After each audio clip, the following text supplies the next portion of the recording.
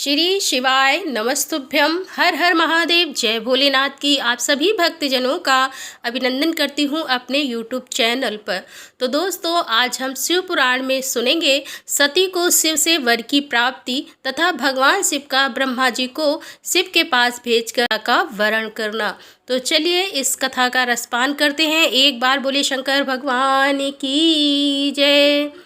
ब्रह्मा जी कहते हैं कि हे मुने, उधर सती ने अश्विन मास के शुक्ल पक्ष की अष्टमी तिथि को उपवास करके भक्ति भाव से सर्वेश्वर शिव का पूजन किया। इस प्रकार नंदा व्रत पूर्ण होने पर नौमी तिथि के दिन ध्यान मग्न हुई सती को भगवान शिव ने प्रत्यक्ष दर्शन दिए। उनका श्री विग्रह सर्वांग सुंदर एवं गौर वर्ण का था। उनके 5 मुख थे और प्रत्येक मुख में 3-3 नेत्र थे। भाल देश में चंद्रमा शोभा दे रहा था। उनका चित्त प्रसन्न था और कंठ में नील चिन्ह दृष्टिगोचर होता था। उनके 4 भुजाएं थी। उन्होंने हाथों में त्रिशूल, ब्रह्म, कलपाल, बर तथा अभय धारण कर रखे थे। भस्मय अंगराग से उनका सारा शरीर उदासित हो रहा था। गंगा जी उनके मस्तक की शोभा बढ़ा रही थी। उनके सभी अंग बड़े मनोहर थे। वे महान लावण्य के धाम जान पड़ते थे। उनके मुख करोड़ों चंद्रमाओं के समान प्रकाशमान तथा आह्लादजनक थे। उनकी अंग कांति करोड़ों कामदेवों को तिरस्कृत कर रही थी तथा उनकी आकृति स्त्रियों के लिए सर्वदा ही प्रिय थी। सती ने ऐसे सौंदर्य माधुर्य से युक्त प्रभु महादेव जी को प्रत्यक्ष देखकर उनके चरणों की वंदना की। उस समय उनका मुख लज्जा से झुका हुआ था। तपस्या के पुंज का फल प्रदान करने वाले महादेव जी उन्हीं के लिए कठोर व्रत धारण करने वाली सती को पत्नी बनाने के लिए प्राप्त करने की इच्छा रखते हुए भी उनसे इस प्रकार से बोले। उत्तम व्रत का पालन करने वाली दक्ष नंदिनी, मैं तुम्हारे इस व्रत से बहुत प्रसन्न हूँ। इसीलिए कोई वर मांगो। तुम्हारे मन को जो भी अभिष्ट होगा वही वर मैं दूंगा। ब्रह्मा जी कहते हैं कि मुने, जगदीश्वर महादेव जी यद्यप सती के मनोभाव को जानते थे तो भी उनकी बात सुनने के लिए बोले कोई वर मांगो, परंतु सती लज्जा के अधीन हो गई थी। इसीलिए उनके हृदय में जो बात थी उसे वे स्पष्ट शब्दों में कह ना सकी। उनका जो अभिष्ट मनोरथ था वह लज्जा से आच्छादित हो गया। प्राण बल्लभ शिव का प्रिय वचन सुनकर सती अत्यंत प्रेम में मग्न हो गईं। इस बात को जानकर भक्त वत्सल भगवान शंकर बड़े प्रसन्न हुए और शीघ्रता पूर्वक बारंबार कहने लगे कि वर मांगो, वर मांगो। सत्पुरुषों के आश्रयभूत अंतर्यामी शंभु सती की भक्ति के वशीभूत हो गए थे। तब सती ने अपनी लज्जा को रोककर महादेव जी से कहा कि वर देने वाले प्रभु, मुझे मेरी इच्छा के अनुसार ऐसा वर दीजिए जो टल न सके। भक्त वत्सल भगवान शंकर ने देखा कि सती अपनी बात पूरी नहीं कह पा रही हैं। तब वे स्वयं ही उनसे बोले कि हे देवी, तुम मेरी भार्या हो जाओ। अपने अभिष्ट फल को प्रकट करने वाली उनके इस वचन को सुनकर आनंद मग्न हुई सती चुपचाप खड़ी रह गई, क्योंकि वे मनोवांछित पर पा चुकी थीं। फिर दक्ष कन्या प्रसन्न हो दोनों हाथ जोड़कर मस्तक झुका भक्त वत्सल शिव शंकर से बारंबार कहने लगी। सती जी बोली कि हे देवादिदेव महादेव प्रभु जगतपते, आप मेरे पिता को कहकर वैवाहिक विधि से मेरा पाणी ग्रहण करें। ब्रह्मा जी कहते हैं कि नारद सती की यह बात सुनकर भक्त वत्सल महेश्वर ने प्रेम से उनकी ओर देखकर कहा कि हे प्रिय, ऐसा ही होगा। तब दक्ष कन्या सती भी भगवान शिव को प्रणाम करके भक्तिपूर्वक विदा मांगी। जाने की आज्ञा प्राप्त करके मोह और आनंद से युक्त हो माता के पास लौट गईं। इधर भगवान शिव भी हिमालय पर अपने आश्रम में प्रवेश करके दक्ष कन्या सती के वियोग से कुछ कष्ट का अनुभव करते हुए उन्हीं का चिंतन करने लगे। देवर्षि फिर मन को एकाग्र करके लौकिक गति का आश्रय ले भगवान शंकर ने मन ही मन मेरा स्मरण किया। त्रिशूलधारी महेश्वर के स्मरण करने पर उनकी सिद्धि से प्रेरित हो मैं तुरंत ही उनके सामने जा खड़ा हुआ। हे तात, हिमालय के शिखर पर जहाँ सती के वियोग का अनुभव करने वाले महादेव जी विद्यमान थे, वहीं मैं सरस्वती के साथ उपस्थित हो गया। हे देवर्षि, सरस्वती सहित मुझे आया देख सती के प्रेम पास में बंधे हुए शिव उत्कर्षता पूर्वक बोले। शंभु ने कहा कि हे ब्राह्मण, मैं जिससे विवाह के कार्य में स्वार्थ बुद्धि कर बैठा हूँ, तब से अब मुझे इस स्वार्थ में ही स्वत सा प्रतीत होता है। दक्ष कन्या सती ने बड़ी भक्ति से मेरी आराधना की है। उसके नंदा व्रत के प्रभाव से मैंने उसे अभिष्ट वर देने की घोषणा की है। हे ब्राह्मण, तब उसने मुझसे यह वर मांगा कि आप मेरे पति हो जाइए। यह सुनकर सर्वदा संतुष्ट हो मैंने भी कह दिया कि तुम मेरी पत्नी हो जाओ। तब दयाक्षिणी शक्ति बोली कि जगतपते, आप मेरे पिता को सूचित करके वैवाहिक विधि से मुझे ग्रहण करें। ब्राह्मण उसकी भक्ति से संतोष होने के कारण मैंने उसका यह अनुरोध भी स्वीकार कर लिया। हे विधाता, तब सती अपनी माता के घर चली गई और मैं यहाँ चला आया। इसीलिए अब तुम मेरी आज्ञा से दक्ष के घर जाओ और ऐसा यत्न करो जिससे प्रजापति दक्ष शीघ्र ही मुझे अपनी कन्या का दान कर दें। उनके इस प्रकार आज्ञा देने पर मैं कृत और प्रसन्न हो गया तथा उन भक्तवत्सल विश्वनाथ से इस प्रकार से बोला कि मुझ ब्रह्मा ने कहा कि भगवान शंभु, आपने जो कुछ कहा है उस पर भली भांति विचार करके हम लोगों ने पहले ही उसे सुनिश्चित कर दिया है।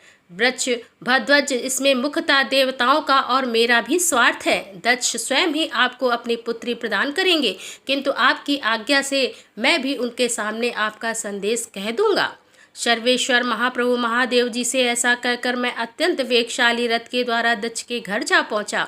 नारद जी ने पूछा कि भक्ताओं ने में श्रेष्ठ महाभागा विधाता बताइए, जब सती घर पर लौट कर आई तब दक्ष ने उनके क्या किया। ब्रह्मा जी ने कहा कि तपस्या करके मनोवांछित वर पाकर सती जब घर को लौट गई तब वहां उन्होंने माता पिता को प्रणाम किया। सती ने अपनी सखी के द्वारा माता पिता की तपस्या संबंधित सब समाचार कहलवाया। सखी ने यह भी सूचित किया कि सती को महेश्वर से वर की प्राप्ति हुई है। वे सती के भक्ति से बहुत संतुष्ट हैं। सखी के मुँह से सारा वृतांत सुनकर माता पिता को बड़ा आनंद प्राप्त हुआ और उन्होंने महान उत्सव किया। उदार चेता दक्ष और महामनि स्वामिनी वीरणी ने ब्राह्मणों को उनकी शिक्षा के अनुसार दिव्य दिया था, अन्यथा अंधों और दीनों को भी धन बांटा। प्रसन्नता बढ़ाने वाली आपकी पुत्री को हृदय से लगाकर माता वीरणी ने उसका मस्तक सूंघा और आनंद मग्न होकर उसकी बारंबार प्रशंसा की। तदंतर कुछ काल व्यतीत होने पर धर्मज्ञों में श्रेष्ठ दक्ष इस चिंता में पड़े कि मैं अपनी इस पुत्री का विवाह भगवान शंकर के साथ किस तरह करूं। तब महादेव जी प्रसन्न होकर आए थे, पर वे तो चले गए। अब मेरी पुत्री के लिए फिर कैसे यहाँ आएंगे। यदि किसी को शीघ्र ही भगवान शिव के निकट भेजा जाए तो यह भी उचित नहीं जान पड़ता। व्यतीत होने पर धर्मज्ञों में शेष 10 इस चिंता में पड़े कि मैं अपनी इस पुत्री का विवाह भगवान शंकर के साथ किस तरह करूं। महादेव जी प्रसन्न होकर आए थे, पर वे तो चले गए। अब मेरी पुत्री के लिए वे फिर कैसे यहाँ आएंगे। यदि किसी को शीघ्र ही भगवान शिव के निकट भेजा जाए तो यह भी उचित नहीं जान पड़ता, क्योंकि यदि वे इस तरह अनुरोध करने पर भी मेरी पुत्री को ग्रहण ना करें तो मेरी याचना निष्फल हो जाएगी। इस प्रकार की चिंता में पड़े हुए प्रजापति दक्ष के सामने मैं सरस्वती के साथ सहसा उपस्थित हुआ। मुझ पिता को आया देख दक्ष प्रणाम करके विनीत भाव से खड़े हो गए। उन्होंने मुझ स्वयंभू को यथा योग आसन दिया। तदंतर दक्ष ने जब मेरे आने का कारण पूछा तब मैंने सब बातें बताकर उनसे कहा कि हे प्रजापते, भगवान शंकर ने तुम्हारी पुत्री को प्राप्त करने के लिए निश्चय ही मुझे तुम्हारे पास भेजा है, अतः इस विषय में जो श्रेष्ठ कृत हो उसका निश्चय करो। जैसे सती ने नाना प्रकार के भावों से तथा सात्विक व्रत के द्वारा भगवान शिव की आराधना की है, उसी तरह से वे सती भी की आराधना करते हैं। इसीलिए दक्ष भगवान शिव के लिए ही संकलित एवं प्रकट हुई अपनी इस पुत्री को तुम अविलंब उनकी सेवा में सौंप दो। इससे तुम कृत्य हो जाओगे। मैं नारद के साथ जाकर उन्हें तुम्हारे घर ले आऊँगा, फिर तुम उन्हीं के लिए उत्पन्न हुई अपनी यह पुत्री उनके हाथ में दे दो। ब्रह्मा जी कहते हैं कि नारद, मेरी यह बात सुनकर मेरे पुत्र दक्ष को बड़ा हर्ष हुआ। वे अत्यंत प्रसन्न होकर बोले कि पिताजी ऐसा ही होगा। तब मैं अत्यंत हर्षित हो वहाँ से उस स्थान को लौटा जहाँ लोक कल्याण में तत्पर रहने वाले भगवान शिव बड़ी उत्सुकता से मेरी प्रतीक्षा कर रहे थे। नारद मेरे लौट आने पर स्त्री और पुत्री सहित प्रजापति दक्ष भी पूर्ण काम हो गए। वे इतने संतुष्ट हुए मानो अमृत पीकर अघा गए हों। ब्रह्मा जी कहते हैं कि नारद तदंतर मैं हिमालय के कैलाश शिखर पर रहने वाले परमेश्वर महादेव शिव को लाने के लिए प्रसन्नतापूर्वक उनके पास गया और उनसे इस प्रकार से बोला कि वृषभध्वज सती के लिए मेरे पुत्र दक्ष ने जो बात कही है उसे सुनिए और जिस कार्य को वे अपने लिए असाध्य मानते थे उसे सिद्ध हुआ ही समझिए। दक्ष ने कहा कि मैं अपनी पुत्री भगवान शिव के ही साथ में दूंगा, क्योंकि उन्हीं के लिए यह उत्पन्न हुई है। शिव के साथ सती का विवाह हो, यह कार्य तो मुझे स्वतः ही अभिष्ट है। फिर आपके भी कहने से इसका महत्व और अधिक बढ़ गया। मेरी पुत्री ने स्वयं इसी उद्देश्य से भगवान शिव की आराधना की है और इस समय शिव जी भी मुझसे इसी के विषय में अन्वेषण कर रहे हैं। इसीलिए मुझे अपनी कन्या अवश्य ही भगवान शिव के हाथ में दे देनी चाहिए। विधाता ने हे भगवान शंकर शुभ लग्न और शुभ मुहूर्त में यहाँ पधारे, उस समय मैं उन्हें शिक्षा के तौर पर अपनी यह पुत्री दे दूंगा। वृषभध्वज मुझसे दक्ष ने ऐसी बात कही है, अतः आप शुभ मुहूर्त में उनके घर चलिए और सती को ले आइए। हे मुनि, मेरी यह बात सुनकर भक्त वत्सल रुद्र लौकिक गति का आश्रय ले हंसते हुए मुझसे बोले कि संसार की सृष्टि करने वाले ब्रह्मा जी, मैं तुम्हारे और नारद के साथ ही दक्ष के घर चलूंगा, अतः नारद का स्मरण करो। अपने मरीच आदि मानस पुत्रों को भी बुला लो। हे विधे, मैं उन सब के साथ दक्ष के निवास स्थान पर चलूंगा। मेरे पार्षद भी मेरे उन सब के साथ दक्ष के निवास स्थान पर चलेंगे। मेरे पार्षद भी मेरे साथ रहेंगे। नारद लोकाचार के निर्वाह में लगे हुए भगवान शिव के इस प्रकार आज्ञा देने पर मैंने तुम्हारे और मरीच आदि पुत्रों को भी स्मरण किया। मेरे याद करते ही तुम्हारे साथ मेरे सभी मानस पुत्र मन में आदर की भावना लिए शीघ्र ही वहां आ पहुँचे।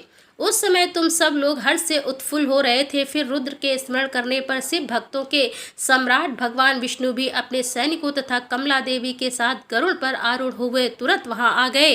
तदंतर चैत्र मास के शुक्ल पक्ष की त्रयोदशी तिथि में रविवार को पूर्वा फाल्गुनी नक्षत्र में मुझ ब्रह्मा और विष्णु आदि समस्त देवताओं के साथ महेश्वर ने विवाह के लिए यात्रा की। मार्ग में उन देवताओं और ऋषियों के साथ यात्रा करते हुए भगवान शंकर बड़ी शोभा पा रहे थे। वहां जाते हुए देवताओं, मुनियों तथा आनंद मग्न मन वाले प्रथम गणों का रास्ते में बड़ा उत्सव हो रहा था। भगवान शिव की इच्छा में वृषभ, व्याध, सर्प, जटा और चंद्रकला आदि सब के सब उनके लिए यथा योग आभूषण बन गए। तदंतर वेग से चलने वाले बलवान बलि वर्द नंदीकेश्वर पर आरूढ़ हुए महादेव जी श्री विष्णु आदि देवताओं के साथ लिए क्षण भर में प्रसन्नता पूर्वक दक्ष के घर जा पहुँचे। वहाँ विनीत चित्त वाले प्रजापति दक्ष समस्त आत्मी जनों के साथ भगवान शिव की अगवानी के लिए उनके सामने आए। उस समय उनके समस्त अंगों में हर्ष जनित रोमांच हो गया था। स्वयं दक्ष ने अपने द्वार पर आए हुए समस्त देवताओं का सत्कार किया। वे सब लोग सुरश्रेष्ठ शिव को बिठाकर उनके पार्श्व भाग में स्वयं भी मुनियों के साथ क्रमशः बैठ गए। इसके बाद दक्ष ने मुनियों सहित समस्त देवताओं की परिक्रमा की और उन सबके साथ भगवान शिव को घर के भीतर ले आए। उस समय दक्ष के मन में बड़ी प्रसन्नता थी। उन्होंने सर्वेश्वर शिव को उत्तम आसन देकर स्वयं ही विधिपूर्वक उनका पूजन किया। तत्पश्चात श्री विष्णु का मेरा ब्राह्मणों और देवताओं और समस्त शिवगणों का भी यथोचित विधि से उत्तम भक्ति भाव के साथ पूजन किया।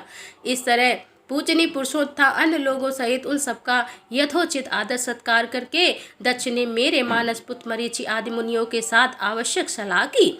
इसके बाद मेरे पुत्र दक्ष ने मुझ पिता के मेरे चरणों में प्रणाम करके प्रसन्नता पूर्वक कहा कि हे प्रभु, आप ही वैवाहिक कार्य कराएं। तब मैं भी हर्ष भरे हृदय से बहुत अच्छा कहकर उठा और वह सारा कार्य कराने लगा। तदंतर ग्रहों के बल से युक्त शुभ लग्न और मुहूर्त में दक्ष ने हर्ष पूर्वक अपनी पुत्री सती का हाथ भगवान शंकर के हाथ में दे दिया। उस समय हर्ष से भरे हुए भगवान वृषभध्वज से भी वैवाहिक तिथि से सुंदरी दक्ष कन्या का पाणी ग्रहण किया। फिर मैंने श्री हरि ने, तुम तथा मुनियों ने, देवताओं और प्रथम गणों ने भगवान शिव को प्रणाम किया और सब ने नाना प्रकार की स्तुतियों द्वारा उन्हें संतुष्ट किया। उस समय नाच गाना के साथ महान उत्सव मनाया गया। समस्त देवताओं और मुनियों को बड़ा आनंद प्राप्त हुआ। भगवान शिव के लिए कन्यादान करने मेरे पुत्र दक्ष कृतार्थ हो गए। शिवा और शिव प्रसन्न हुए तथा सारा संसार मंगल का निकेतन बन गया। वो शंकर पार्वती माता की जय। तो दोस्तों, यहाँ पर इस अध्याय को समापन करते हुए अगले अध्याय के साथ हम आपके सामने फिर उपस्थित होंगे। तब तक के लिए हर हर महादेव, जय भोलेनाथ की।